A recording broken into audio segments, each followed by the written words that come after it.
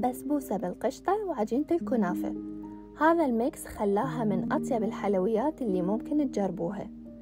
بكاسة خليت سميد ناعم ودرت عليه الزبد مايا وخلطتهم زين حتى يتلابس السميد بالزبد. ضفت لهم جوز هند، بيكنج باودر ورشة بسيطة من الملح.